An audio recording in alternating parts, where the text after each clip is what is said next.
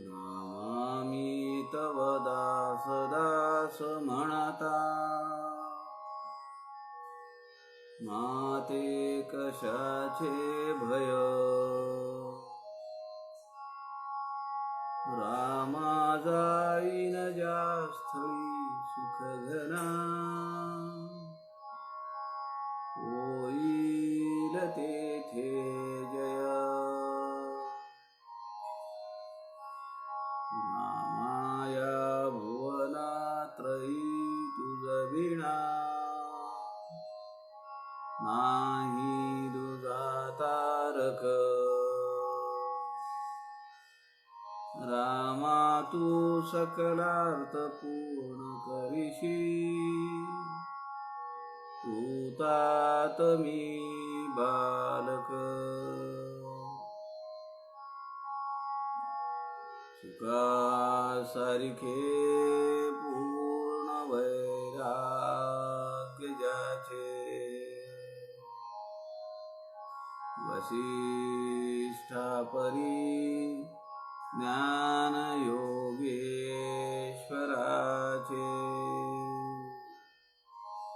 कवी वाल्मिकी सारिखा मान्य ऐसा, नमस्कार माझा सद्गुरु रामदासा. मला वाटते अंतरी त्वा वसावे, तुझ्या दासबोधासी त्वा बोधवावे. अपत्यापरी वाजवी प्रेम रसा, महाराजया सद्गुरु रामदासा. जय जय रघुवीर समर्थ, सब संतन की जय.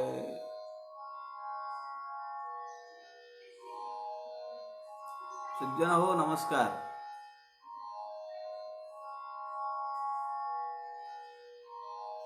समर्थ रामदासांच्या ग्रंथराज दासबोध या ग्रंथातील समासांचं चिंतन आपण सध्या करतो आहोत. कोरोना विषाणूचा संसर्ग आणि त्यामुळे उद्भवलेली ही लॉकडाऊनची परिस्थिती अजूनही हे सगळं प्रकरण नियंत्रणात आलेलं आहे आणि 15 दिवस महिन्याभरात हे सगळं व्यवस्थित होईल असं काही कोणाला सांगता येत नाही. पण संत समागम या व्यासपीठाच्या माध्यमातून समर्थांच्या वाङ्मयाचा अभ्यास करणारी, समर्थांच्या वाङ्मयावर चिंतन करणारी, कीर्तन करणारी, प्रवचन देणारी ही सगळी मंडळी आपल्यासारखी दररोज तुम्हा सगळ्यांचं दर्शन होत आहे. एक निमित्त आहे. आयुष्यातील उदार्थ क्षण असं मी या सगळ्या घडामोडींकडे पाहतो.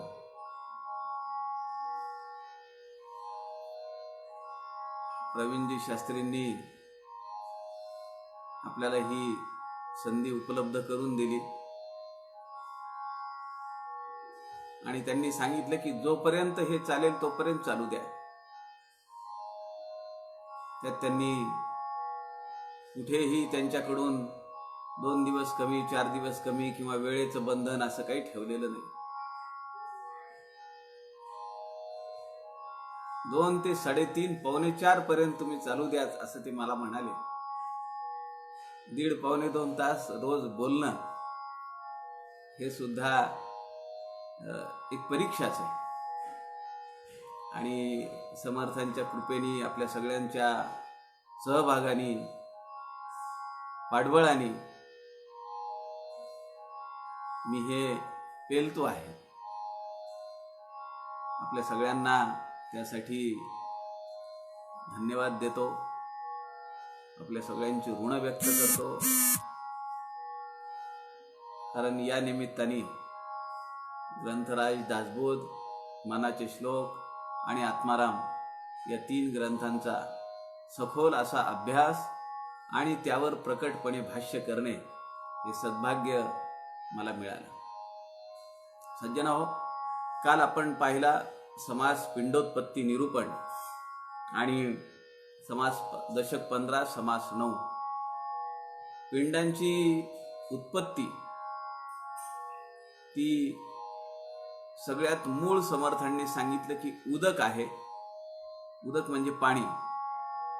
आणि आपण त्याचा काल साकल्यांनी अत्यंत विशद करून अर्थ पाहिला की जन्मापासून, जन्माच्या अगोदरपासून, एखादा गर्भ वाढीला लागेपर्यंत, अंकुरण होईपर्यंत, त्याचं फलन होईपर्यंत, त्याच्या अगोदरपासून तो वाढेपर्यंत, बाहेर पडल्यानंतर पूर्ण आयुष्यभर आणि शेवटी त्याला हे पाणीच लागतं.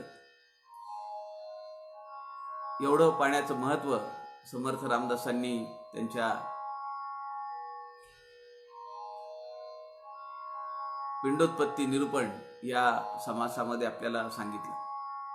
या समासाची शेवटची जी ओवी आहे तर ती ओवी अशी आहे की वेदांत सिद्धांत धादांत प्रचित प्रमाण नेमस्त पंचीकरण सांडून हित वाक्यार्थ पाहावा. 4 वेदांची 4 वाक्य आपण पाहिली आणि त्या 4ही वाक्यांचा अर्थ हा ते परब्रह्म स्वरूप जे आहे तेच मी आहे आणि तेच सर्वत्र या दृश्य विश्वामध्ये नटलेलं आहे. समर्थांनी पहिल्या चरणामध्ये वेदांत सिद्धांत धादांत हे शब्द वापरले. वेदांत म्हणजे शास्त्र प्रचिती, शास्त्र ग्रंथांमध्ये काय सांगितलंय. सिद्धांत ही गुरु प्रचिती, सद्गुरूंची कृपा. आणि धादांत म्हणजे आत्मप्रचिती. पुढच्या चरणामध्ये प्रचित प्रमाण नेमस्त असं समर्थ म्हणतात. ही प्रचिती घेणं किंवा अचानकपणे आपल्याला त्या भगवंताची, त्याच्या अस्तित्वाची प्रचिती होणं, अनुभव येणं, याला ईश प्रचिती असं म्हणतात. असं बऱ्याच वेळा होतं. काल मी उदाहरण दिलं आपल्याला की ऍक्सिडेंट होता वाचतो, किंवा असं होतं की मोठा ऍक्सिडेंट होतो, अघटित असं काहीतरी होतं, परंतु त्यामध्ये ती माणसं वाचतात. आपल्या या समूहावरच दासबोध सखोल अभ्यासच्या समीक्षक श्रीमती नंदिनी पाटखेडकर आहेत. त्या नांदेडला राहत होत्या आणि त्यांचे चिरंजीव बँकेमध्ये अधिकारी आहेत. ती त्यांच्या चिरंजीवासोबत काही बाकीची मित्र कंपनी ती एकदा अमरावतीवरनं येत होते आणि एक भयानक ऍक्सिडेंट झाला. त्यांनी त्या गाडीचे फोटो दाखवले. त्या फोटोंवरनं असं वाटणार नाही की या गाडीमध्ये बसलेलं कुणीही जिवंत राहिलंय. पण खरचटलं, मार लागला, रॉड बसवावा लागला, फ्रॅक्चर झालं. पण आता सगळी मंडळी ती रुटीन त्यांचं काम चालू आहे. तेव्हा त्या प्रसंगी श्रीमती नंदिनी पाटखेडकर म्हणाल्या की ही सगळी आमच्या सद्गुरूंची, समर्थांची कृपा आहे बरं का. याला ईश प्रचिती असं म्हणायचं.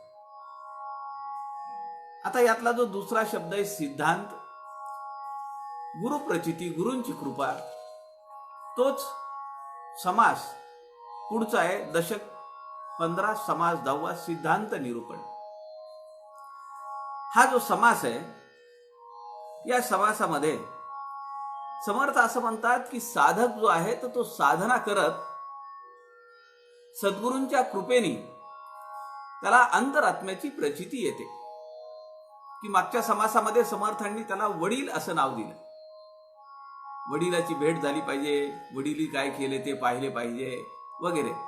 वडील हा शब्द मागच्या समासात समर्थांनी अंतरात्म्याला वापरला.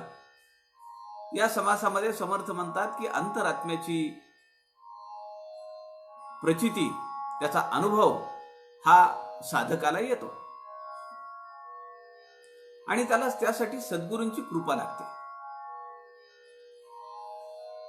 आणि अशी साधना अव्याहतपणे करत असणारा हा साधक सद्गुरूंच्या कृपेच्या बळावर उन्मनी अवस्थेला जातो. उन्मन, जिथं मन नाही असं. कारण मनामध्ये सगळे विचारांचे तरंग येत राहतात. अनेक विकार मनामध्ये तयार होतात, अनेक संकल्प मनामध्ये तयार होतात.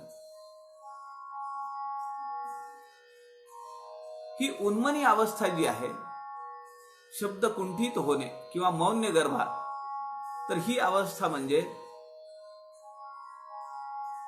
निर्विचार किंवा निर्वासन. कुठलीही वासना नाही, कुठलाही विकार नाही, कुठलीही वृत्ती नाही, कुठलेही तरंग नाही, कल्पना नाही, संकल्पना नाही, कामना नाही. आणि अशी जर अवस्था साधली आणि त्या परब्रह्माशी जर तदाकारता बहुतेक वेळा जर साधकाला साधता आली, काय होतं की साधना करत असताना काही क्षण, काही वेळ ती अवस्था प्राप्त होते सुद्धा. त्याचा आपल्याला सुद्धा अनुभव आहे. योग प्रक्रियेमध्ये किंवा सोहम साधनेमध्ये, सोहम साधना तर झोपूनही करता येते. त्या अवस्थेमध्ये आपल्याला काही क्षण आपली देहविरहित अवस्था अनुभवता येते. आपल्याला वाटतं की एकदम अत्यंत विरल असे आपण झालेलो आहोत. आणि त्या परब्रह्माशी अनुसंधान साधल्यामुळे त्याच्यातली जी चिर शांती आहे, ती शांती आपल्याला अनुभवता येते. पण ती काही क्षणापुरती असते, काही मिनिटांपुरती असते. पण समर्थ या ठिकाणी म्हणतात, या समासामध्ये म्हणतात की अशी जर तदाकारता आपल्याला वारंवार साधता आली तर वासनांचं बीज निर्मूलन होईल. पुन्हा वासना मनामध्ये येणार नाहीत.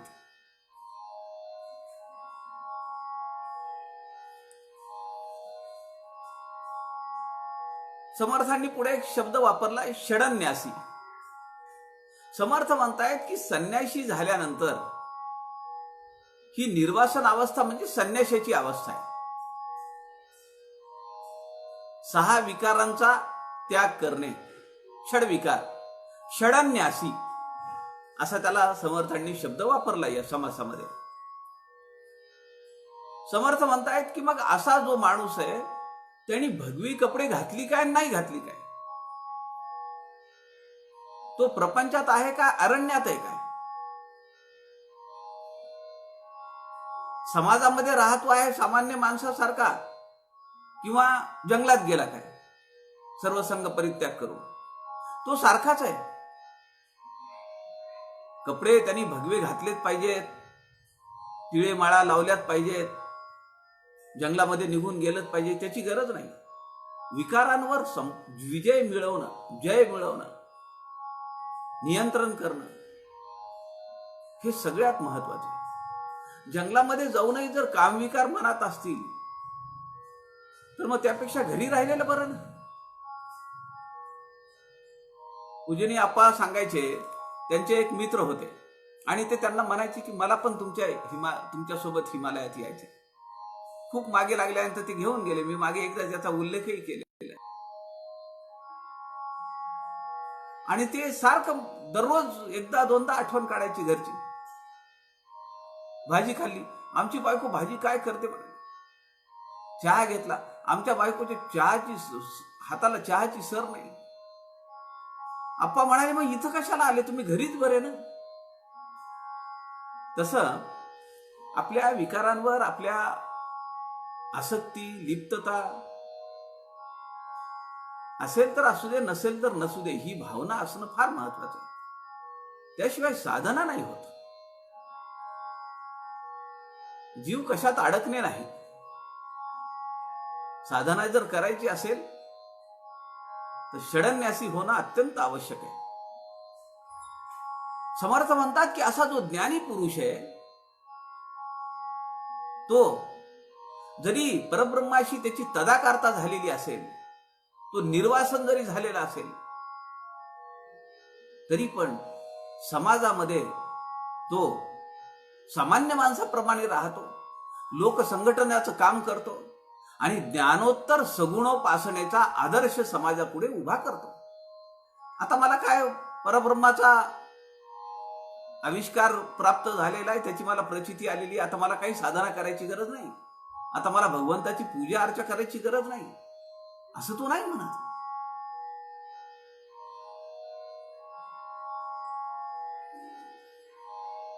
समर्थ म्हणतात की त्याची काळजी घेणारा जो असतो तो असतो सद्गुरू, आणि तो त्याला साधनेपासून ढळू देत नाही. असं आहे की साधकाच्या मनामध्ये साधनेबद्दलची प्रीती असणं, त्याच्या पाठीमागे त्याची एक आत्यंतिक उत्कंठा असणं हे गरजेचं आहेच आहे. परंतु एकदा जर सद्गुरूंनी ते पाहिलं, ओळखलं, तर सद्गुरू पुन्हा शिष्याला साईड ट्रॅक होऊ देत नाहीत. त्यांनी जो मार्ग अवलंबलेला आहे त्या मार्गापासून बाहेर पडू न देणं हे सद्गुरू पाहत असतात आणि ते आवर्जून करतात सुद्धा. अनेक महान विभूतींच्या आयुष्यामध्ये असे प्रसंग आलेले आहेत. योगी अरविंदांना सांगितलं लेले महाराजांनी, सशस्त्र क्रांतीचा विचार सोडायचा आणि पांडिचेरीला जायचा. योग साधना. आपला शिष्य साधना करतो आहे आणि त्या साधनेपासून जर तो ढळत असेल तर त्याची काळजी सद्गुरू घेतात. समर्थ रामदास या सिद्धांत निरूपण समासामध्ये आपल्याला पटवून देत आहेत.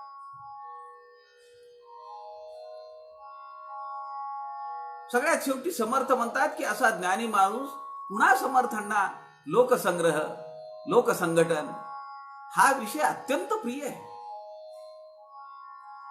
समाजाला एका सूत्रात बांधणं,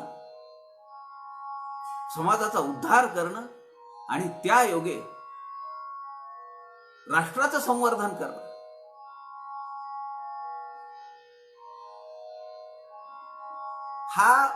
हे सूत्र समर्थ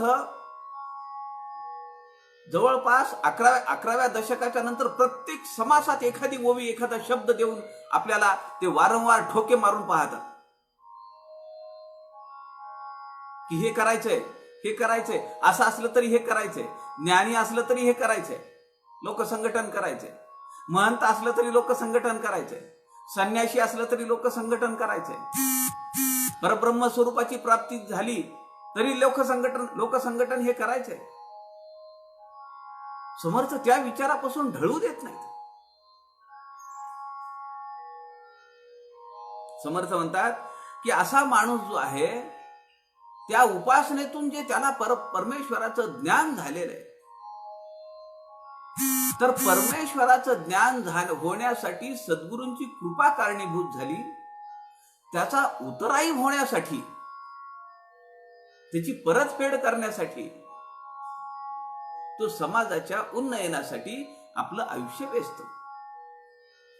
असा विचार समर्थ रामदासांनी या समासात शेवटी दिलेला आहे. आपण हा समास पाहूया. दशक 15, समास 10. श्रीराम समर्थ श्रीराम. गगनी अवघेची होत जाते, गगनायसे तगे नाते, निश्चळी चंचळ नानाते, येण्याची न्याये श्रीराम. अंधार दाटला बळे, वाटे गगन झाले काळे, रवी किरणे ते पिवळे, सवेची वाटे श्रीराम. उदंड हिव जेव्हा पडिले, गमे गगन थंड झाले, उष्ण झळेने वाळले, ऐसे वाटे श्रीराम. ऐसे जे काही वाटले, ते ते झाले आणि गेले, आकाशासारिखे तगले, हे तो घडे ना श्रीराम. समर्थांनी या 4 ओव्यांमध्ये परब्रह्मा स्वरूपाची तुलना किंवा त्याचं एक ट्रेलर आपल्या समोर ठेवलंय. आणि ते कशाच्या रूपाने ठेवले, कशाच्या दृष्टांताने ठेवले, तर आकाशाच्या दृष्टांताने ठेवले. रूपक या ठिकाणी समर्थांनी आकाश वापरलंय. समर्थ म्हणतायत की माणसाला असं वाटत असतं, गगनी अवघेची होत जाते, आकाशामध्ये खूप गोष्टी घडत राहतात. गगनायसे तगे नाते, पण गगन जसं कायम असतं तसं ह्या गोष्टी कायम राहत नाहीत. सकाळी आभाळ भरून येतं, पाऊस पडतो, स्वच्छ ऊन पडतं, किंवा अंधार दाटून येतो, वारा येतो जोराचा आणि सगळं स्वच्छ होतं. निश्चळी चंचळ नाना ते येण्याची न्याय. निश्चळ परब्रह्माच्या अधिष्ठानावर अशा गोष्टी, याच न्यायाने अनेक गोष्टी होत राहतात. अंधार दाटला बळे, अंधारून येत. आता पावसाळ्याचे दिवस आहेत, आपल्याला माहिती आहे, त्याचा अनुभव आपण सध्या घेत आहोत. सगळं अंधार दाटून येतो, असं वाटतं की आता धोधो धोधो पाऊस किती पडेल की. वाटे गगन झाले काळे, पण आपल्याला असं वाटतं, वर आपण आकाशाकडे बघतो, काय आभाळ भरून आले हो, काय आकाश काळभोर झालंय, असं आपण म्हणतो. पण आकाशाला त्याचं काही घेणं देणं आहे का? ढग आले, आकाश जैसे थे निर्विकार आहे, अथांग आहे, त्यामध्ये ढग आले, त्यामुळे काळ झालं, अंधार पडल्यासारखा झाला. अहो, ग्रहण जेव्हा लागतं तेव्हा आपण पाहतो का नाही? मी माझ्या लहानपणी पाहिलेलं आहे, ते सूर्यग्रहण होतं आणि असा अंधार पडला की अक्षरशः पक्षी संध्याकाळची वेळ झाल्याप्रमाणे खोप्याकडे किंवा झाडांकडे परतत होते. दिसत होतं ते सगळं चित्र.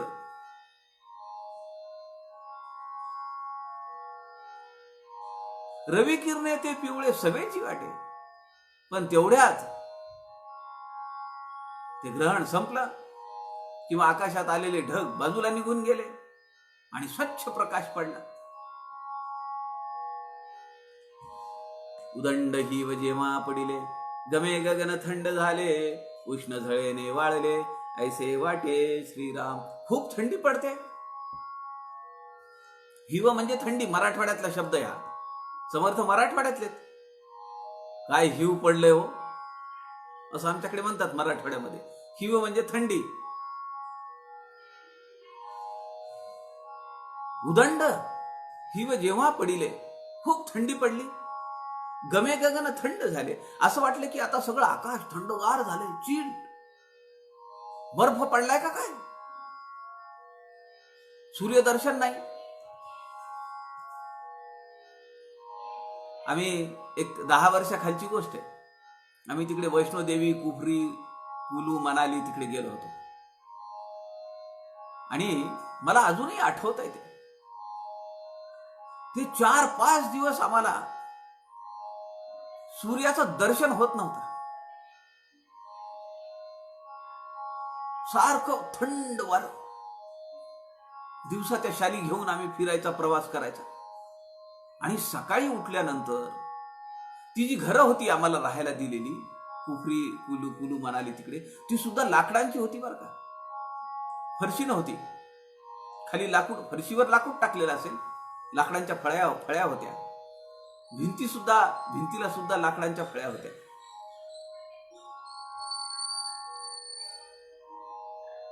आणि समर्थ असं म्हणतात, तर सकाळी आम्ही पाहिलं, ते सकाळी उठल्यानंतर, तर नालीमधून वाहणारं जे पाणी आहे ते वरचा जो लेअर आहे तो बर्फ आहे.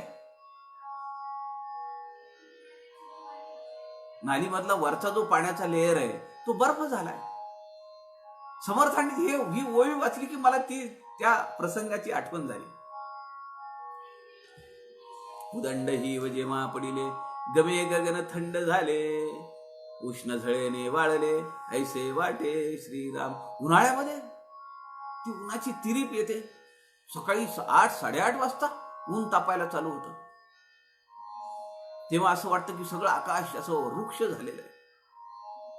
पण आकाश तत्वाला पंचमहाभूतांपैकी जे पहिलं महद्भूत आहे त्याला याच्याने काहीच फरक पडत नाही. तसं परब्रह्माला अनेक शक्ती त्यावर कार्यरत आहे, पण त्यामुळे परब्रह्म स्वरूपाला, त्याच्या स्थितीला कसलाही फरक पडत नाही. या 4 ओव्यांमध्ये समर्थांनी आपल्याला हे पटवून दिलेले. समर्थ पुढे म्हणतात, उत्तम जाणीवेचा जिनस, समजून पाहे सावकाश, निराभास ते आकाश, भास मिथ्या श्रीराम. आकाश कसं आहे? निराभास आहे. तिथं कसलाही भास नाही, कुठलाही विकार नाही. हे सगळे भास आहेत. ते भास निर्माण होतात. पण समर्थ म्हणतायत, उत्तम जाणीवेचा जिनस, जी श्रेष्ठ जाणीव आहे की सगळ्यांच्या अंतरात्म्यामध्ये सगळीकडे एकच तत्व भरलेलं आहे. हे सगळं भास आहेत. हे जे काही दिसतं आहे, होणारे बदल वातावरणातले, माणसांमधले, माणसांच्या स्वभावामधले, माणसांचे रंग, माणसांचे स्वभाव, नाते, नात्यांमधून निर्माण होणारे हेवे दावे, आपुलकी, समर्थ म्हणतात हा सगळा भ्रम आहे. आणि ज्याला जाणीव आहे, ज्याची व्यापक जाणीव आहे, बघा आपण किती सारखा तोच अभ्यास करतो आहोत की जाणीव ही व्यापक असली पाहिजे, की जेणेकरून मला चांडाळामध्ये, ब्राह्मणामध्ये, किड्यामध्ये, मुंगीमध्ये, हत्तीमध्ये, कुत्र्यामध्ये, सगळीकडे मला एकच एक तत्व दिसलं पाहिजे. ते व्यापक जाणीव असण्याचं द्योतक आहे. म्हणून समर्थ म्हणतात, उत्तम जाणीवेचा जिन्नस, समजून पाहे सावकाश. साधकांनी या गोष्टी सगळ्या सावकाश पाहिल्या पाहिजे. आज हातात ग्रंथ घेतलाय का मला सगळं ज्ञान मिळेल असं कसं शक्य? अहो, अनेक जन्मांचे पडदे पडलेले आहेत. एक एक पडदा काढायला किती दिवस जातील? उदक पसरे, वायू पसरे, आत्मा अत्यंतची पसरे, तत्वे तत्व अवघेची पसरे, अंतर्यामी श्रीराम. ते जे आत्मतत्व आहे त्याला व्यापक करता आलं पाहिजे. आणि सगळ्या चराचरामध्ये जी जाणीव आहे, एकच जाणीव आहे ना. सापामध्ये काय आणि पुरुषामध्ये काय, प्राण्यामध्ये काय. सर्प ढसाया येतो, प्राणी भेवून पळतो, जाणीव एकच आहे. त्याला भीती वाटते की हा माणूस मला मारेल म्हणून तो ह्याला चावायला येतो. पण तो दिसला, तो चावायला येतोय का पळून जातोय त्याचंही पाहत नाही माणूस. माणूस घाबरून पळतो. दोन्हीकडे जाणीव एकच आहे, पण शरीर भेदे, त्याचं प्रकटीकरण वेगळं आहे, कृती वेगळी आहे. चळते आणि चळे नाते, अंतरी अवघेच कळते, विवरणेच निवळते, प्राणी मात्राशी श्रीराम. विवर्ता विवर्ता शेवटी, निवृत्तीपदी अखंड भेटी, जालियाने तुटी होणार नाही श्रीराम. म्हणून दासबोध सखोल अभ्यास या उपक्रमाचं घोषवाक्य काय? विवर्ता विशेषा विशेष कळो लागे. एकदा वाचून नाही समजणार, एवढी कुशाग्र बुद्धी आहे का आमची? सारखं वाचन, सारखा अभ्यास, दासबोधाचं पारायण, वाचन, पत्रद्वारा दासबोध अभ्यासाचं प्रश्नपत्रिका सोडवायची, वाचन, मनोबोध विशारदची प्रश्नपत्रिका सोडवायची, वाचन. दासबोध सखोल अभ्यासला प्रवेश घेतलाय, पुन्हा वाचन. दासबोध सखोल अभ्यास झालाय, समीक्षक झालोय, मग पुन्हा वाचन. पुरवणी अभ्यास चालू आहे, पुन्हा वाचन. म्हणून समर्थ म्हणतात, विवर्ता विवर्ता शेवटी एक वेळ अशी येईल, साधकाची साधना चालू आहे, ग्रंथाचा अभ्यास चालू आहे, श्रवण मनन निधिध्यास चालू आहे, सद्गुरूंची कृपा होईल आणि निवृत्तीपदी अखंड भेटी, निर्वासन, विचारांचा लय, वासनांचा लय,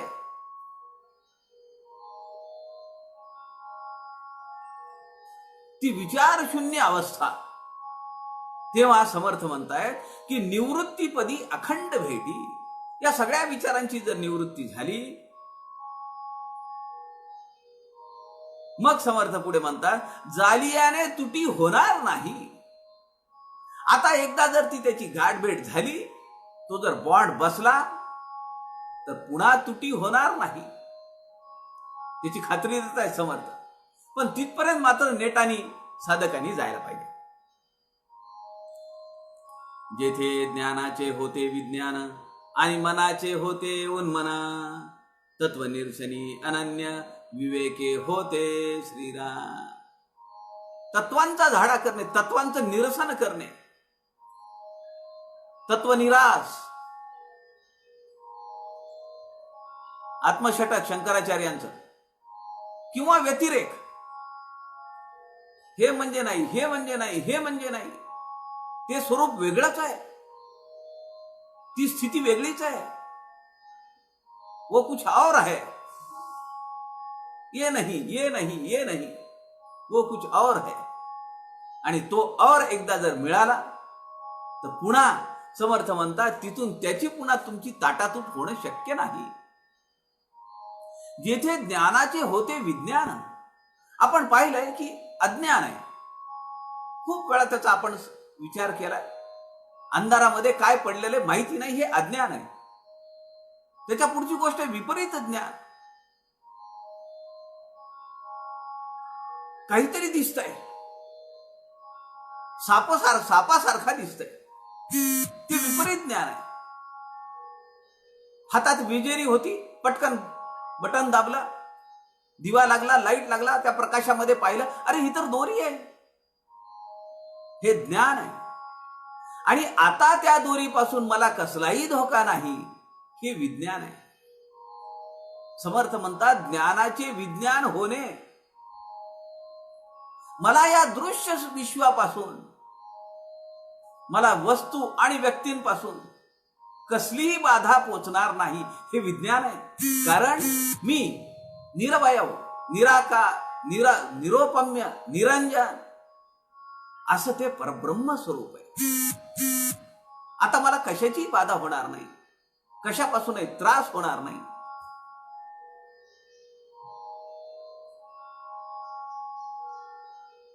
आणि मनाचे होते उन्मन, मनाचा ठावठिकाणाच नाहीये. समर्थ मनाच्या श्लोकामध्ये म्हणतात, कळे आकळे रूप ते ज्ञान होता, तिथे आटली सर्व साक्षी अवस्था. मना उन्मनी शब्द कुंठित राहे, तोगे तोची तो राम सर्वत्र पाहे. आता त्या रामाचं स्वरूप मी सर्वत्र पाहतो आहे. माझ्या शेजारी सगळे आहेत, माझे नातेवाईक आहेत, माझे मित्र आहेत, आप्तस्वकीय आहेत, व्यवसायातले नोकरीमधले सहकर्मचारी आहेत. पण मी सगळ्यांमध्ये तोगे तोची तो राम सर्वत्र पाहे. तो राम मी आता सर्वत्र पाहतो, की जो लांब होता तो म्हणावं लागत होतं, तो राम या साधनेच्या फळ सिद्धी रूपाने मी सर्वत्र पाहतो आहे, त्याचा आविष्कार.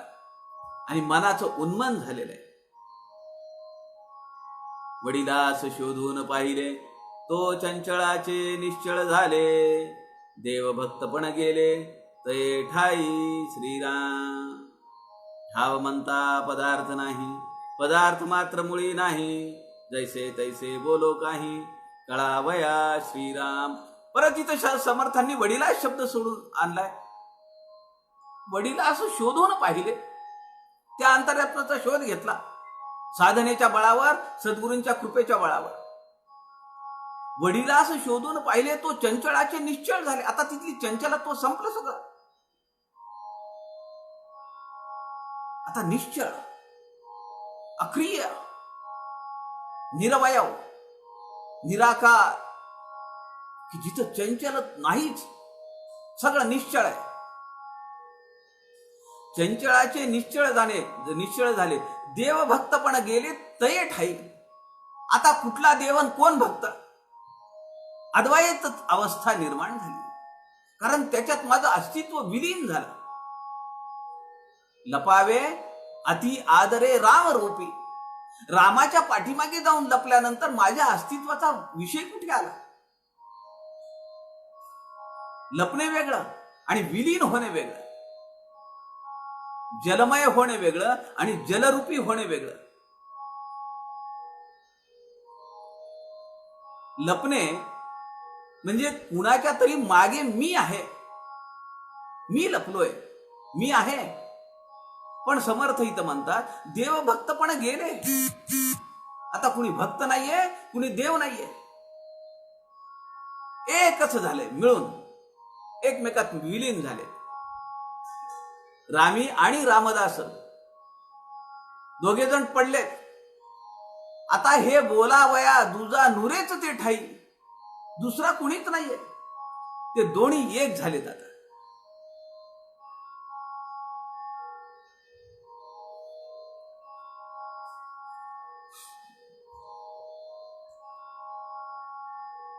अज्ञानशक्ती निरसली, ज्ञानशक्ती मावळली. वृत्ती शून्य कैसी झाली, स्थिती पहा श्रीराम.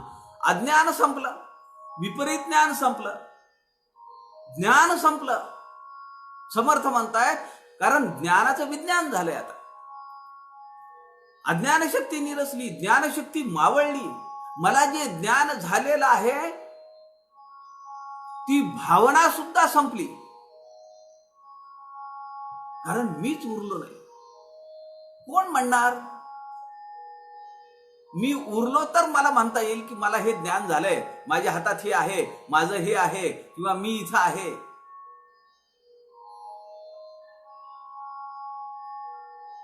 मी इथं बसलो आहे.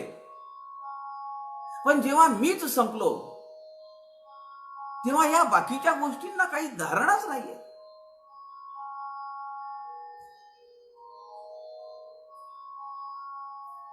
ठाव म्हणता पदार्थ नाही.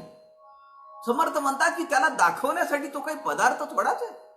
परब्रह्म स्वरूप पदार्थ मात्र मुळी नाही.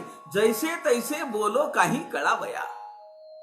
ते समजण्यासाठी, त्याची प्रचिती येण्यासाठी, त्याची ओळख होण्यासाठी मला हे सगळे दृष्टांत द्यावे लागतायत. जैसे तैसे बोलो काही कळावया, समजण्यासाठी, त्याचं आकलन होण्यासाठी. पण त्याला साक्षात नाही समोर आणता येत.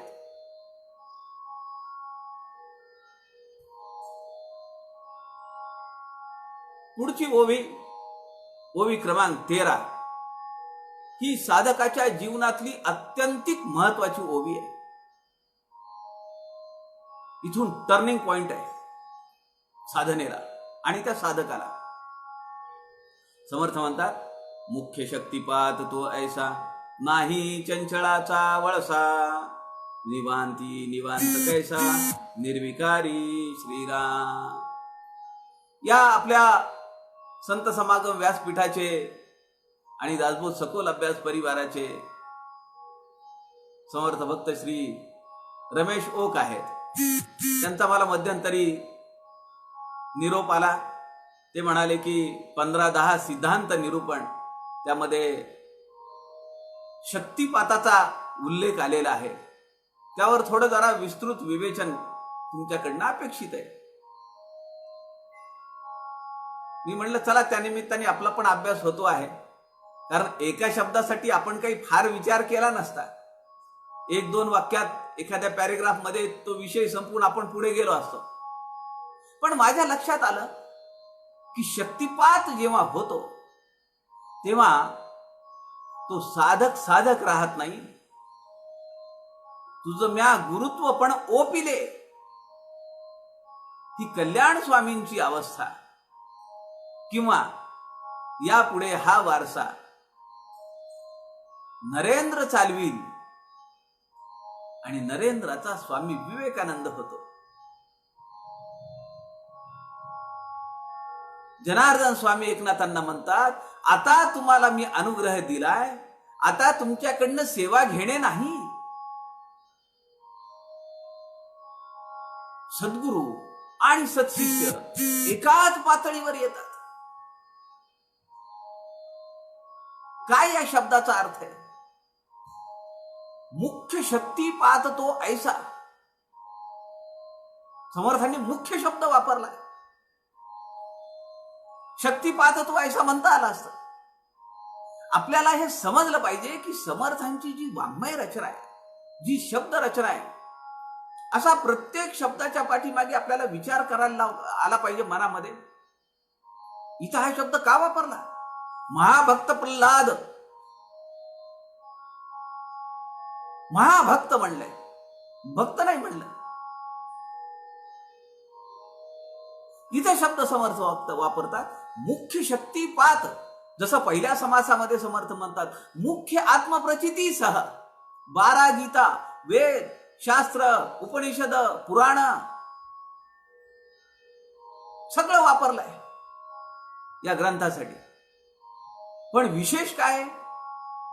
हे सगळं वापरलंय, ते सगळेच वापरतात. पण मी या ग्रंथाच्या निर्मितीसाठी मुख्य आत्मप्रचिती वापरली आहे. तसं समर्थ इथं सांगतात, मुख्य शक्ती पाहत तो ऐसा. कैसा असा मनात प्रश्न वाटलाच पाहिजे. समर्थ पुढे म्हणताय, नाही चंचळाचा वळसा.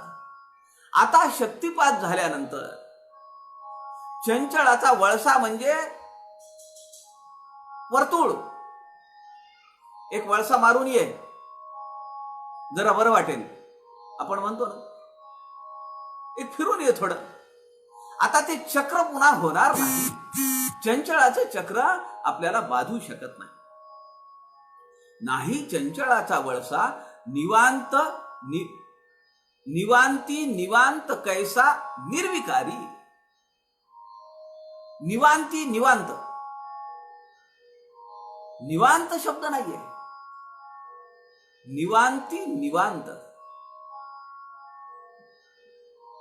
गोड म्हणणं वेगळं आहे, साखरेची गोडी म्हणणं. त्या शब्दातून एक विशिष्ट दिशा दर्शक आहे तो शब्द. निवांती, निवांत कैसा, अत्यंत निवांत जागा आहे, त्यामध्ये निवांत असलेला माणूस आहे, त्यामध्ये निवांत अवस्था आहे. निवांती निवांत 100%. पाण्यामध्ये साखर आपण टाकली, एक अर्धा लिटर पाणी घेतलं, 2 चमचे साखर टाकली, 3 चमचे साखर टाकली, विरघळत जाते. पण असं होतं का नाही हो की एक घटका अशी येते की साखरच विरघळत नाही. त्याला विज्ञानामध्ये म्हणतात सॅच्युरेशन झालंय. आता जागाच नाहीये. निवांतपणा एवढा आहे की आता पुन्हा निवांत म्हणून जागा नाही. कारण का? समर्थांनी 4थ्या चरणामध्ये सांगितलंय निर्विकारी. आता कुठलाही विकार नाहीये. चंचळाची विकार बालटे, ते चंचळची जेथे आटे. चंचळ निश्चळ घनवटे, हे तो घडे ना श्रीराम. महावाक्याचा विचारू, तेथे संन्याशास अधिकारू. दैवी कृपेचा जो नरू, तोही विवरण पाहे श्रीराम. इथं परत वेदांचे 4 वाक्य आलेले आहेत. महावाक्यांचा विचारू ते संन्यासास अधिकारू. आता मला तुम्ही सांगा की समर्थ इथं म्हणतायत संन्यासी जो आहे तर तो षडन्यासी, समर्थांनी शब्द वापरलाय. पुढे येतो शब्द संन्यासी म्हणजे षडन्यासी, विचारवंत सर्व संन्यासी, आपली करणी आपण अशी निश्चयसी. आपण शक्तिपातापर्यंत आलेलो आहोत. आता समर्थांनी त्या शक्तिपात घटनेचा थोडा साकल्याने विचार पुढच्या 2-3 ओव्यांमध्ये मांडलाय. मुख्य शक्तिपात तो ऐसा. शक्तिपात म्हणजे काय नक्की? सद्गुरू किंवा जो तो अधिकारी ज्ञानी पुरुष आहे त्याला जे अनुभव येत असतात ते अनुभव येण्याची प्रक्रिया किंवा ती अवस्था आपल्या सत्शिष्यामध्ये योग्य वेळी ते संक्रमित करतात. संक्रांत माहिती आहे का नाही आपल्याला? आणि संक्रांतीचं फल आपण बघतो. या वर्षीची संक्रांत कशावर आहे? रेड्यावर आहे, उंटावर आहे, बैलावर आहे. तिचं फळ काय आहे?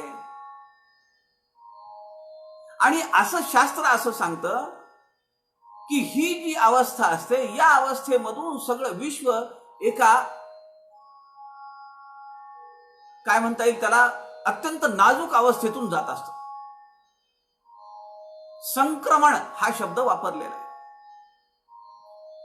आणि त्या संक्रमणावरून संक्रांत शब्द तयार झालाय. आताची सध्याची अवस्था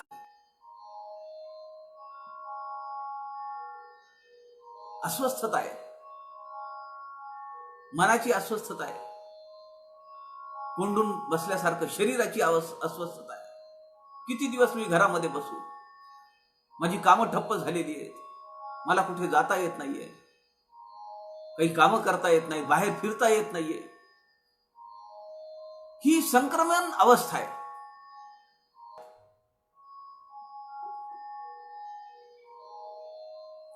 समर्थ म्हणतायत मुख्य शक्तिपात तो ऐसा. शक्तिपात ही जी एक प्रक्रिया आहे, अधिकारी ज्ञानी पुरुष सद्गुरू आपल्या सत्शिष्याला योग्य वेळी त्यांना जी अनुभवाची शिदोरी मिळालेली असते ती अनुभवाची शिदोरी मिळवण्याची एक भावावस्था आपल्या सत्शिष्यामध्ये संक्रमित करतात, त्याला ते देतात.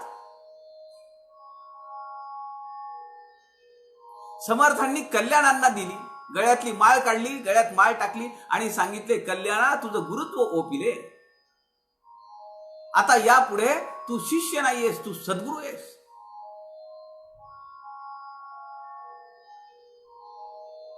पंडित जोगबुवांनी आपल्या निर्याणाच्या काळी सगळ्या समोर शिष्यांना बसवलं आणि सांगितलं माझी नैष्टिक ब्रह्मचर्याची आणि कीर्तनाची परंपरा कोण पुढे चालविल? सोनपंत मामा उभे राहिले, त्यांच्या गळ्यात माळ घातली.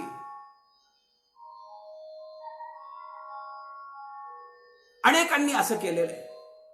अनेक सत्शिष्यांच्या जीवनामध्ये हा प्रसंग आलेला आहे. ही जी प्रक्रिया आहे ही प्रक्रिया अनेक पद्धतीने होऊ शकते. कानामध्ये मंत्र देऊन, डोक्यावर हात ठेवून, शरीराला स्पर्श करून, स्वप्नातील दृष्टांतातून. म्हणून समर्थ मनाच्या श्लोकामध्ये म्हणतात हरिभक्त विरक्त विज्ञान राशी जेने मानसी स्थापिले निश्चयासी तया दर्शने स्पर्शने पुण्य जोडे तया भाषणे नष्ट संदेह मोडे. काय काय? हरिभक्त विरक्त विज्ञान राशी. रास म्हणजे ढीग आहे. तो जो अधिकारी पुरुष आहे, ज्ञानी पुरुष आहे, सद्गुरू आहे, तो कसा आहे? हरिभक्त आहे, विरक्त आहे, विज्ञानाची रास आहे. मानसी स्थापिले निश्चयासी. त्याच्या अंतःकरणामध्ये, त्याच्या मनामध्ये भगवंताचं अनुसंधान हे दृढपणे निश्चयाने ज्यांनी परब्रह्म स्वरूपाला आपल्या मनामध्ये स्थापन केलेलं आहे निश्चयाने, तया अशा सद्गुरूंच्या दर्शन घेतलं, स्पर्श झाला, स्पर्शने पुण्य जोडे म्हणजे शक्तिपात होणे, जोडता येतं त्यांच्या अवस्थेला, मला जोडून घेतात ते. तया भाषणे नष्ट संदेह मोडे, माझ्या मनात असलेले अनेक विकल्प, अनेक संदेह ते सगळे मुळापासून निघून जातात. जेव्हा स्वामी विवेकानंदांना प्रश्न पडला,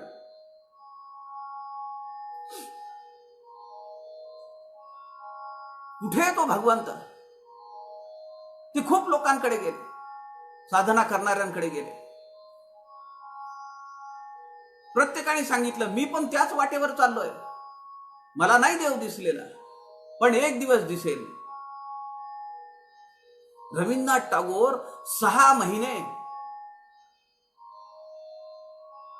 बोटीवर साधना करत होते. 6 महिने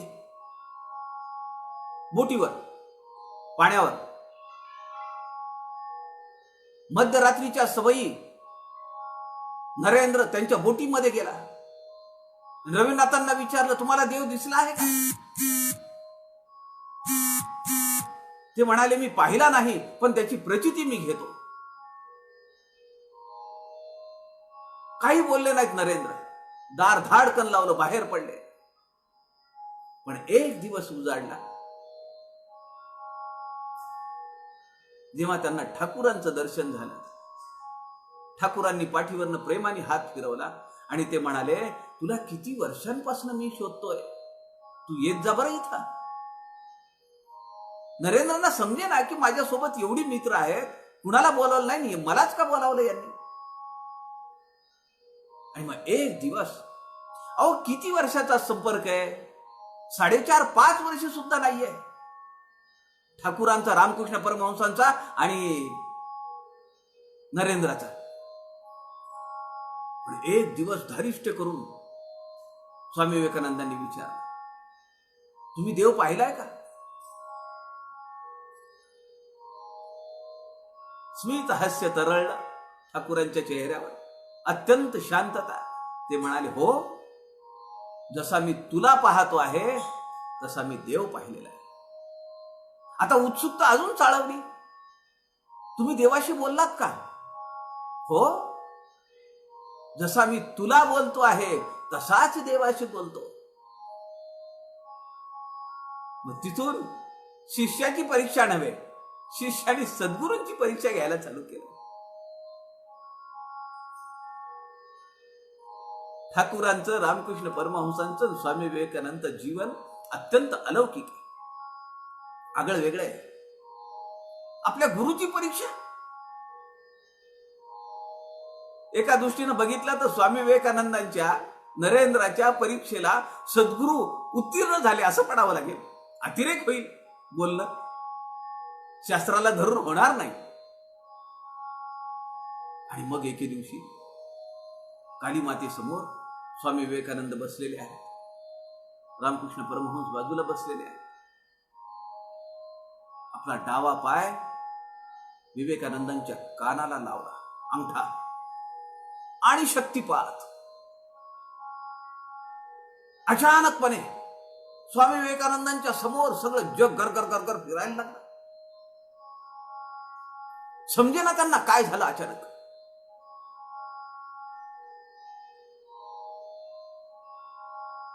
ते जोरात ओरडले, काय करताय तुम्ही? मला माझी आई आहेत, भावंड आहेत. ठाकूरांच्या लक्षात आलं, जरा जास्त होल्ड गेलाय म्हणले. कानापासून, कानाच्या पाळीला लावलेला आपला अंगठा काढला आणि सांगितलं, हरकत नाही, आस्ते आस्ते जाऊया.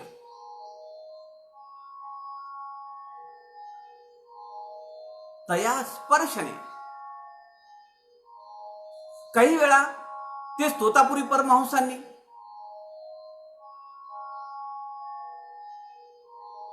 ज्ञानशस्त्रे खुडावे, मनाच्या श्लोकामध्ये समर्थ सांगतायत ना, काचेचा तुकडा घेतला,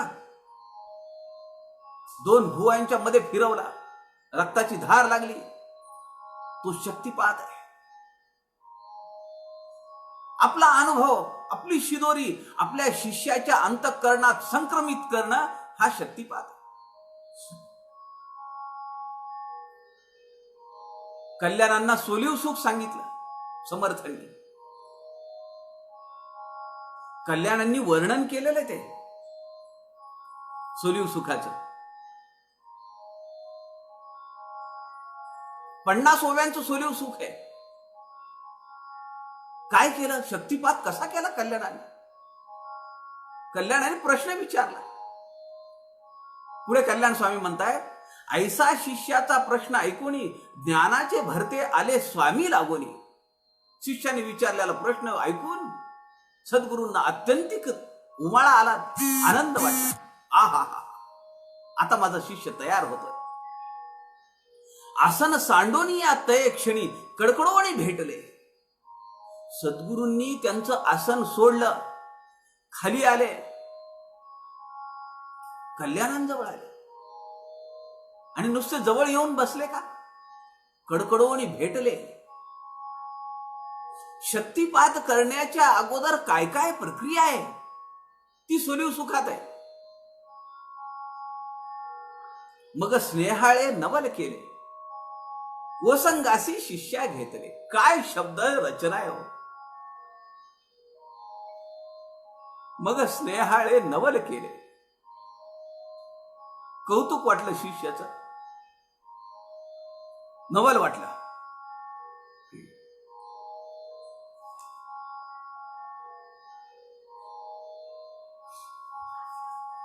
समर्थांना नवल वाटलं आपल्या शिष्याचं. मग स्नेहाळे नवल केले, ओसंगाशी शिष्या घेतले. तर जवळ घेतलं, त्याला पाठीवरनं हात फिरवला. ओसंग म्हणजे असं पाठीमागून हात घेतला.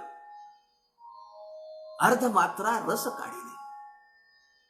ओंकार अ उ म पूर्ण फुंकिले कर्णरंध्री. कानामध्ये कर्णरंध्री, कानाच्या छिद्रात फुंकिले. जाऊन कानातून निघालं, कानामध्ये प्रवेश केला. कुठे गेलं ते?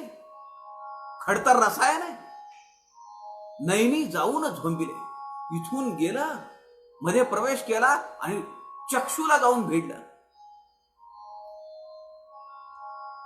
डोळीयाचा डोळा फोडून चित्सूर्य भेदिले.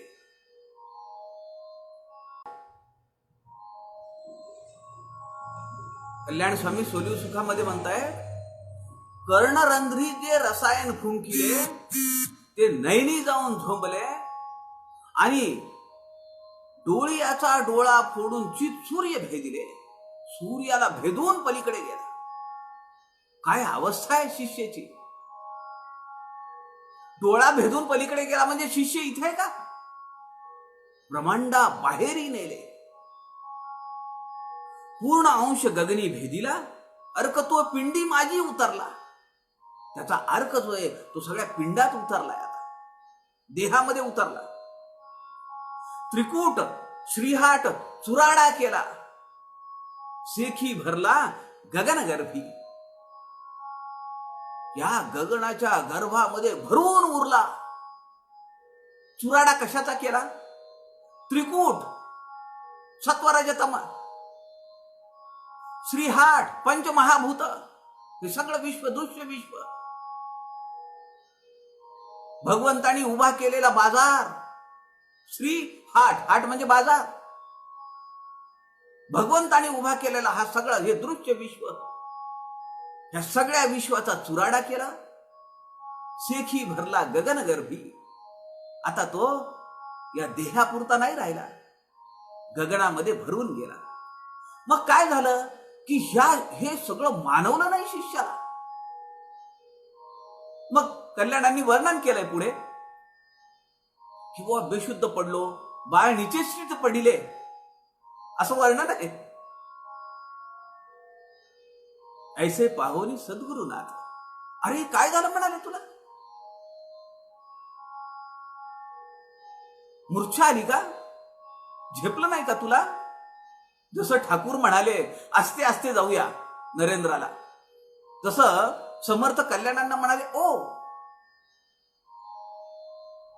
ऐसे पाहुणे सद्गुरुनाथ पद्महस्त मस्तकी ठेवीत. आपलं पद्महस्त कमळाप्रमाणे हात आहे ज्यांचा, तो त्यांनी आपल्या डोक्यावर ठेवला. वत्सा सावध त्वरित निजरूप पहा आपुले. अरे तू तुझं स्वरूप बघ,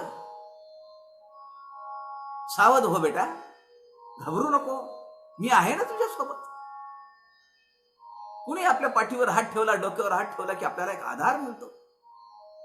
तो आधार समर्थांनी दिला आणि म्हणतायत डोंट वरी, निजरूप पहा आपुले. तू ज्याला घाबरलास, तुला तू कारण आतापर्यंत तुझ्या कधी मनाला शिवला नाही हा विचार, शक्तिपाताने काय होतं शिष्याच्या जीवनामध्ये, कसा कायापालट होतो, त्याचं वर्णनच सोलिव सुद्धा. वत्सा सावध त्वरित निजरूप पहा आपुले. जागृत करून तये वेळी, तेव्हा जागृत केलं, भानावर आणलं, अजपाची दोरी देऊन जवळी. आता म्हणाले सोहम साधना कर. अजपाची दोरी दिली जवळ. त्या दोरीमध्ये मणी आहेत का? नाही आहेत. ती फक्त दोरी आहे, स्मरण सूत्र, मोजायचं नाहीये. आपल्याला माहिती 21,600 होणार आहेत.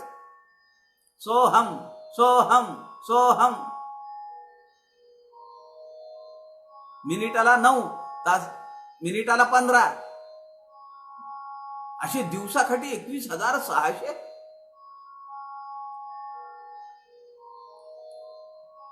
विहंगम डोलारी तये वेळी अलक्ष लक्षी बैसविले. विहंगम पक्षी, पक्षी कसा विहार करतो आकाशामध्ये स्वच्छंदपणे, कुठेही त्याला त्रास नसतो, आडकाठी नसते. विहंगम डोलारी तये वेळी, डोलारी म्हणजे अत्यंत डुलत आनंदामध्ये. त्यावेळेला सद्गुरूंनी अलक्ष लक्षी बैसविले, की जिकडे आमचं लक्ष जात नाही, जे आम्हाला दिसत नाही, त्या परब्रह्म स्वरूपाच्या सिंहासनावर मला सद्गुरूंनी बसवलं. शक्तिपाताचं हे कल्याण स्वामींच्या जीवनातलं उदाहरण आहे. गुलाबराव महाराजांना अनुग्रह दिला. अहो स्वतः माऊलींनी अनुग्रह दिला. गुलाबराव महाराजांनी त्यांच्या जीवन चरित्रात लिहिलेलं आहे. असाच प्रसंग आहे. 7व्या अध्यायामध्ये विवेक गुलाब असं त्या ग्रंथाचं नाव आहे. चरित्र आहे गुलाबराव महाराजांचं. अंकी घेऊन गुलाब बाळा. बघा, सद्गुरू आपल्या शिष्याला लेकरावत, आपल्या पुत्रावत, पुत्र तरी मोठा, बाळ अगदी लहान की ज्याला काही समजत नाही, पण त्याच्याबद्दल अत्यंतिक प्रेम, ओलावा, आपलेपणा सद्गुरूंच्या अंतःकरणात आहे. अंकी घेऊन गुलाब बाळा स्वनामाचा मंत्र दिला. माऊलींनी मंत्र जप समजावून दिला. ज्ञानेश्वर माऊलीने या साच करावया निज वचना, न देखोनी माम पात्रपणा. माझं मी पात्र आहे का नाही हे सुद्धा पाहिलं नाही. हा विनम्र भाव आहे शिष्याचा. पण सद्गुरूंना माहितीये की आता हीच वेळ आहे, फळ बरोबर पिकलेलं आहे. अंकी घेऊन या खुणा सांगितल्या निज धामाच्या.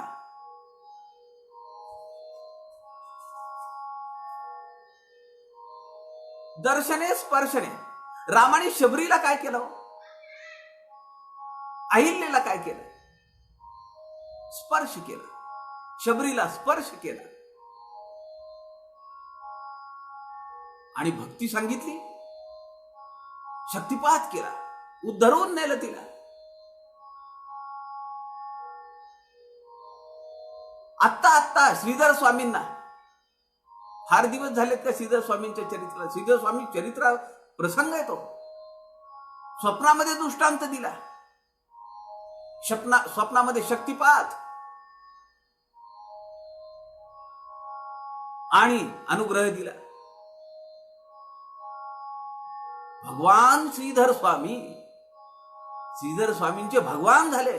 स्वतः समर्थांनी ही उपाधी श्रीधर स्वामींना दिलेली आहे.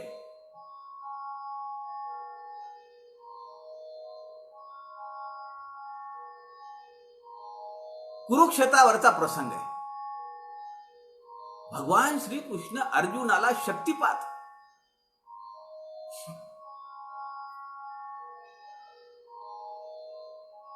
आता अर्जुनाला सगळं पटलेलं आहे. अर्जुन म्हणतो स्थितोस्मी गत संदेह करिष्ये वचनम तव. आता माझ्या मनातले सगळे शंका, प्रश्न, सगळे संशय निघून गेलेले आहेत. आता तू म्हणशील ते मी करीन, सांग. त्या क्षणाला माऊली काय, स्वतः भगवंत काय करतायत. मग सावळा स कंकणू बाहू पसरोणी दक्षिण. बघा, जो मित्र आहे, जो सखा आहे, जो नातेवाईक आहे, तो सद्गुरूंच्या रूपामध्ये कसा आविर्भाव आहे त्याचा. मग सावळा स कंकणू, तो सावळा जब प्राण तन से निकले तब सावरे तुम आना, असं म्हणतो की ना भजनामध्ये आपण.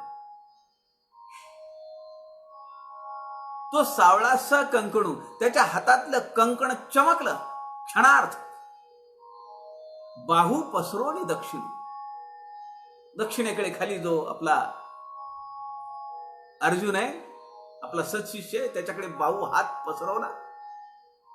आलिंगीला स्वशरणू भक्ती राजू, तो त्याला उचलून घेतलं, त्याला आलिंगन दिला भगवान श्रीकृष्णांनी. हृदय एक झाले, आलिंगन दिलं, मिठी मारली.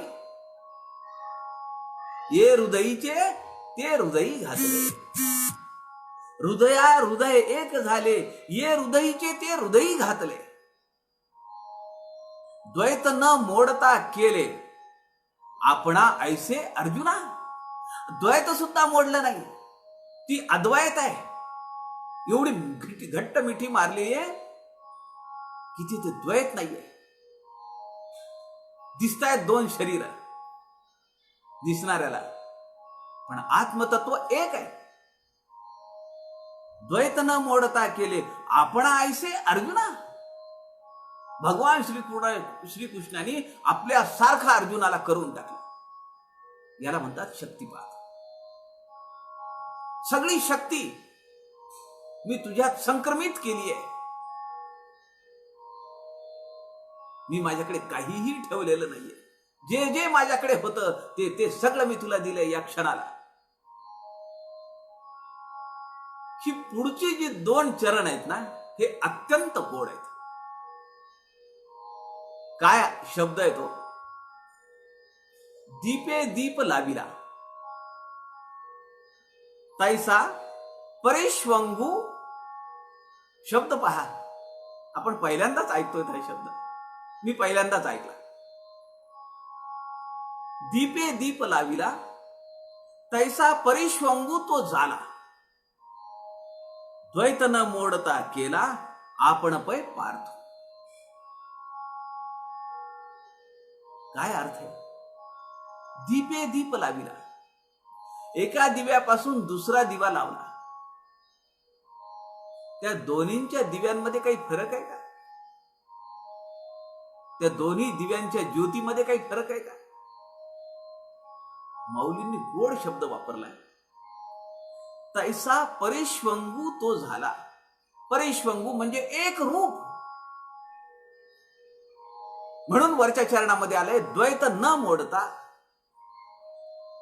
सोलीव सुखामध्ये शब्द आलाय द्वैत न मोडता अद्वैत.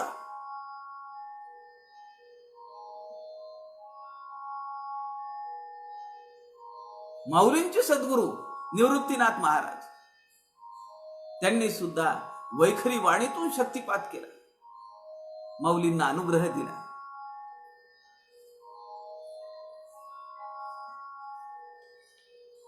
त्याही नंतरचा काळ योगी अरविंदांचं जीवन असंच आहे.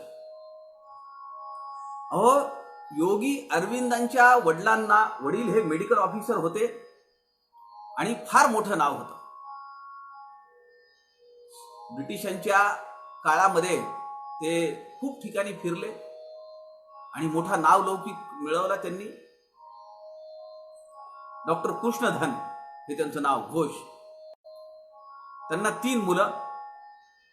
या तिघांना त्यांनी भारतीय सनातन वैदिक धर्माची वारा सुद्धा लागू नये, सावली सुद्धा पडू नये म्हणून ऑस्ट्रियात नेऊन ठेवलं. तिथून ते इंग्लंडला गेले. म्हणजे ज्या वडिलांना असं वाटत होतं की माझ्या मुलाला इथल्या या सनातन संस्कृतीचा वारा सुद्धा लागू नये,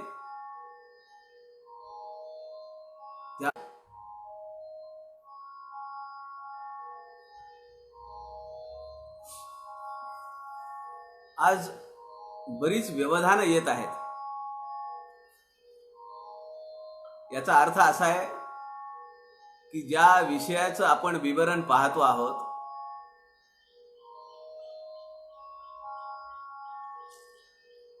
शक्तिपात, तो एवढा सोपा नाहीये जेवढा शब्दांनी सांगतोय. म्हणून ही व्यवधानं येत आहे. ही आपल्याला प्रचिती आहे, ही आपल्याला एक सिग्नल आहे आपल्यासाठी की हे सांगणं आणि ऐकणं खूप सोपं आहे, परंतु मुख्य शक्तिपात तो ऐसा जे समर्थ सांगतायत ते तेवढं सोपं नाहीये. अनेक विघ्न त्यामध्ये येणार, अनेक अहंकार त्यामध्ये येणार. शक्तिपात या शब्दाचा अर्थच असा आहे,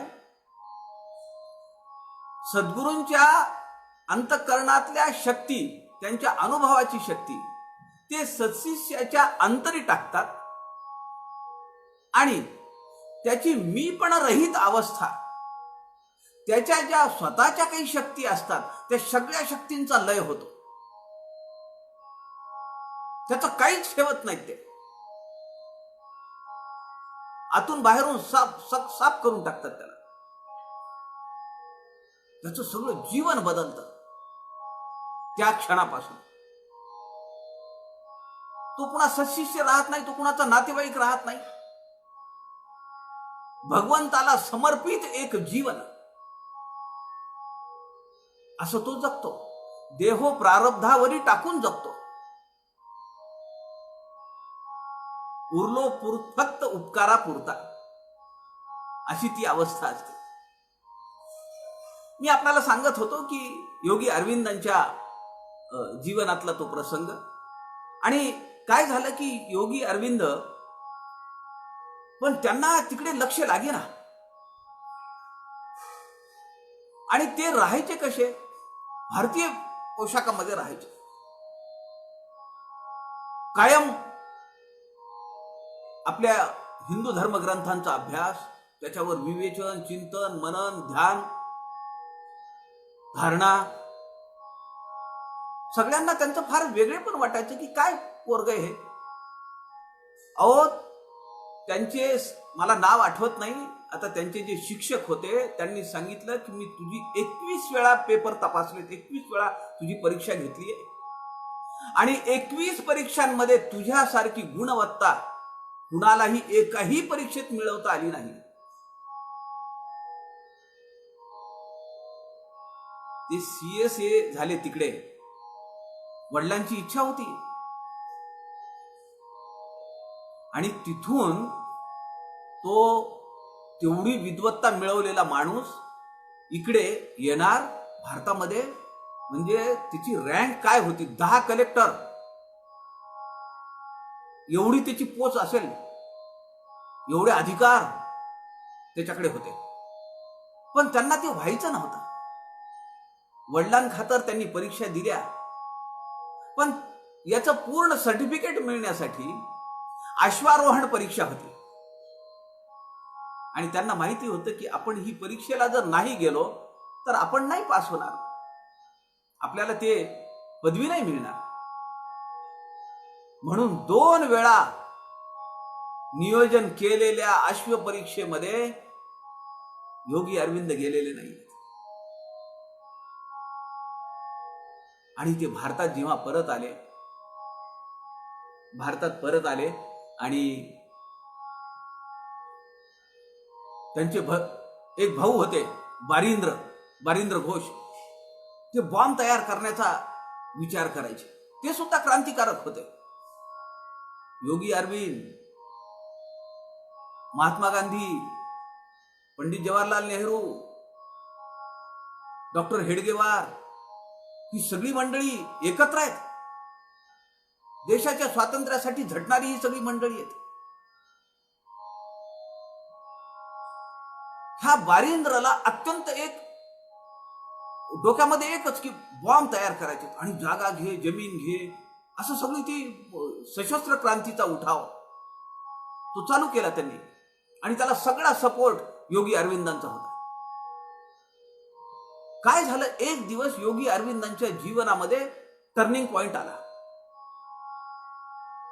बारिंद्रला अत्यंतिक मोठी व्याधी जडली आणि आता तो वाचणार नाही हे सगळं जग जाहीर झालं, मान्य झालं की हे वाचणार नाही. पण काय झालं, तो जो टर्निंग पॉइंट आला ते असं झालं की एक सिद्ध योगी तिथे आले.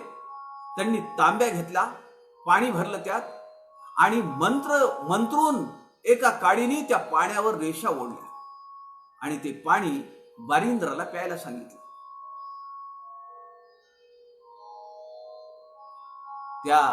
ते जे योगी आहेत, त्या योग्यांचं नाव आहे विष्णू भास्कर लेले महाराज. ते मूळ पुण्यातले.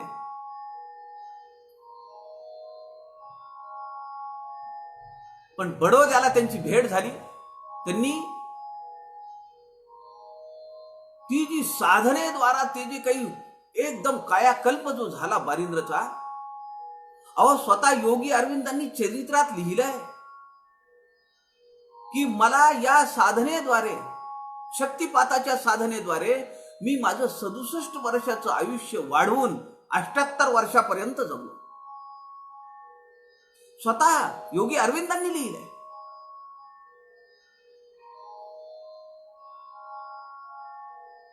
विष्णू भास्कर लेले महाराजांनी त्यांच्या मस्तकावर हात ठेवला आणि बडोद्याला सयाजीराव गायकवाडांकडे हे नोकरीला होते.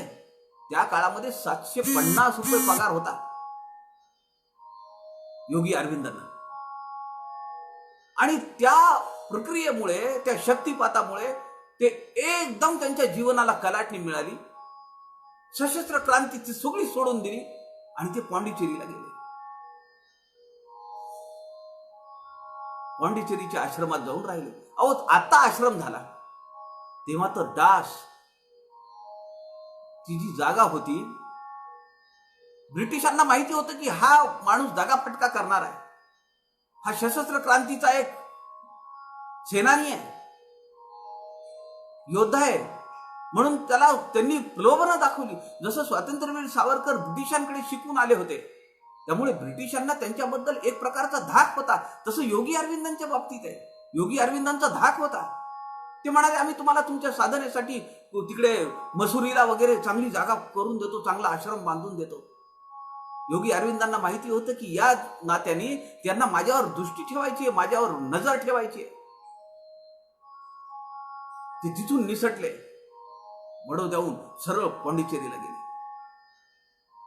ही सगळी मंडळी, नेहरू, महात्मा गांधी यांनी सगळ्यांनी दूत पाठवले, जाऊन भेटले. म्हणले असं नका करू, आपल्या देशाला स्वातंत्र्य मिळण्याचा टप्पा आलाय तोंडावर आता, आणि तुम्ही जर मागे फिरलात तर.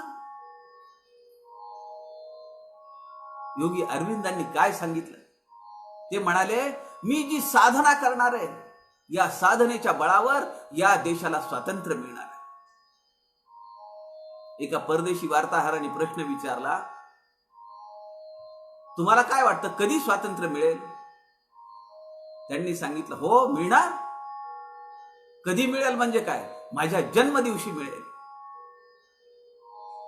15 ऑगस्ट 1872 ही जन्मतारीख आहे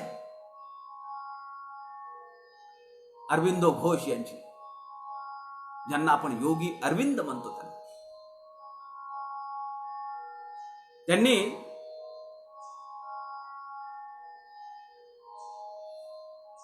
एक पत्र लिहिलं आपल्या पत्नीला, आणि त्या पत्रामधलं जे वाक्य आहे ते वाक्य आजच्या परिस्थितीला अत्यंतिक लागू पडत आहे. म्हणून ते वाक्य मी तुम्हाला वाचून दाखवतो. ते वाक्य असं आहे, remain firm through the darkness. Remain firm through the darkness. The light is there and will conquer. या कठीण काळामध्ये, या तामसिक जगामध्ये, या अंधकारमय विश्वामध्ये रिमेन फर्म, धारिष्ट्याने उभे राहा, आत्मविश्वासाने उभे राहा. The light is there. तो प्रकाश आहे, प्रकाश आहेच आहे तिथं. तो आपल्याला दिसत नाहीये, पण द लाईट विल कॉन्कर. तुम्ही जगजेत्ते व्हाल, तुम्ही विजयी व्हाल. सज्जन हो, आजच्या लॉकडाऊनच्या परिस्थितीत योगी अरविंदांनी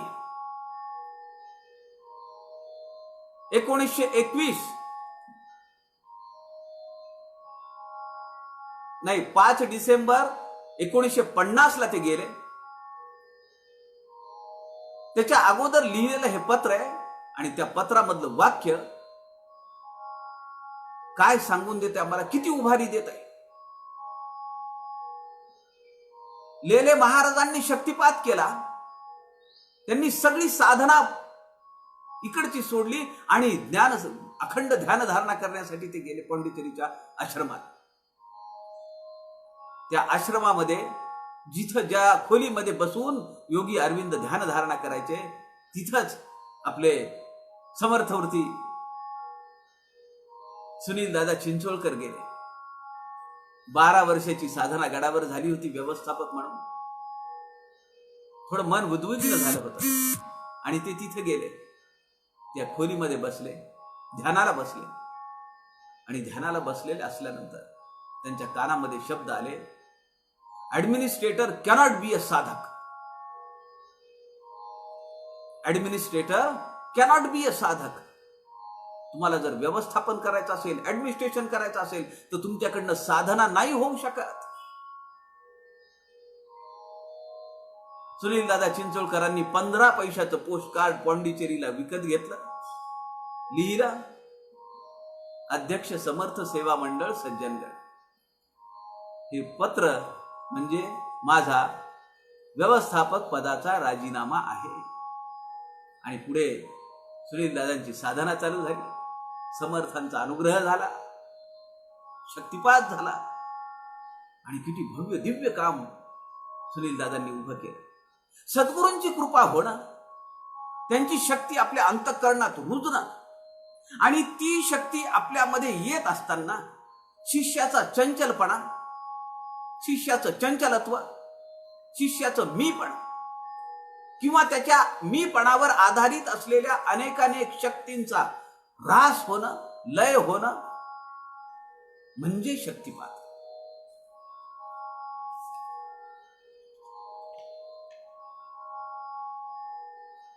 एकनाथ महाराजांच्या आयुष्यातला असा प्रसंग आहे, तो पाहू, आणि आज शक्तिपातापर्यंत आपण हा समाज घेऊ.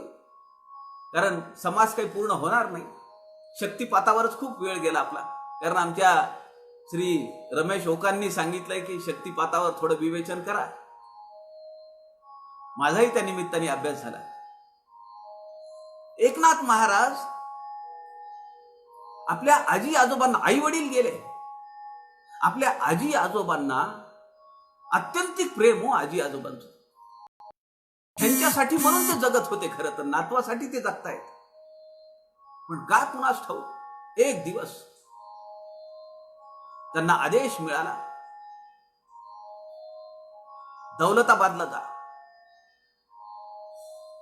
तिथं सद्गुरू आहेत. आजी आजोबाला रात्रीच सोडून ते निघाले. झोपलेले पाहून तडक निघाले. सद्गुरूंना, जनार्दन स्वामींना त्यांच्याकडे पाहून असं वाटलं की अनेक शिष्य येतात, तसाच हा शिष्य आहे. पण दोघांच्याही अंतःकरणात लक्षात आलं की बात कुछ और है. जसं ठाकूर म्हणाले, अरे किती वर्ष झालं मी तुझा शोध घेतोय. तसंच जनार्दन स्वामींनी त्याला मिठी मारली, त्या मुलाला, आणि म्हणाले, ठीक आहे, राहा इथं. हळूहळू हळूहळू जनार्दन स्वामींचं सगळं काम एकनाथांकडे यायला लागलं. व्यवहाराचा एक दिवस हिशोब आला आणि 1 पैसा कमी पडला. 1 पैशासाठी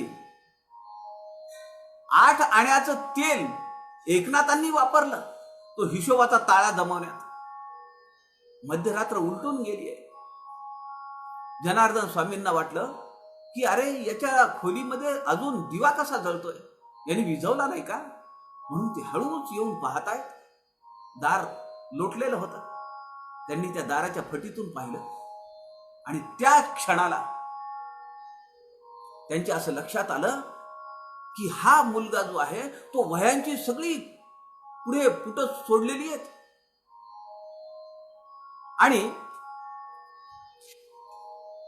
त्या वह्यांची जी पुस्तक आहेत, ती जी वह्या आहेत लेखाजोखा मांडलेल्या, त्यामध्ये एकनाथ गडून गेलेला आहे.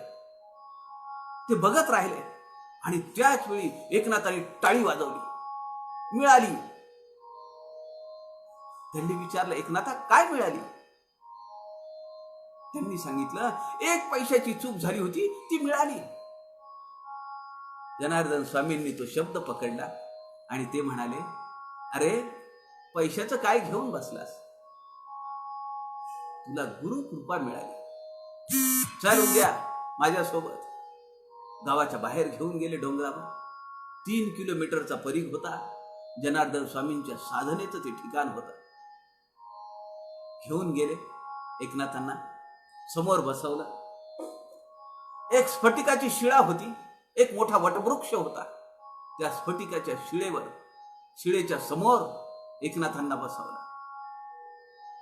त्यांच्या डोक्यावर हात ठेवला. एकनाथांची विकल्प समाधी लागली आणि थोड्या वेळाने एकनाथांनी डोळे उघडून पाहिलं तर त्या स्फटिकाच्या शिळेवर अवधूत चिंतन, स्मृतगामी दत्तात्रयांची मूर्ती समोर दिसली. सगुण मूर्ती. दत्त महाराज पाहून स्मित हास्य करत होते. जनार्दन स्वामींनी त्या तेजोमय मूर्तीकडे एकनाथाची दृष्टी पाहिली आणि ते म्हणाले, पहा, माझे गुरुत्व मी तुला ओपिले आणि त्यानंतर तू आता सेवा करणे नाही, तू आता करायची आहे सेवा बहुजनांची. या समाजात जो हीन दीनपणे अडकलेला माणूस आहे त्याची सेवा करण्यासाठी तुझं आयुष्य आता तू झोकून दिलं पाहिजेस. एकनाथ महाराज तिथून निघाले आणि त्यानंतर त्यांनी तीर्थयात्रा केली.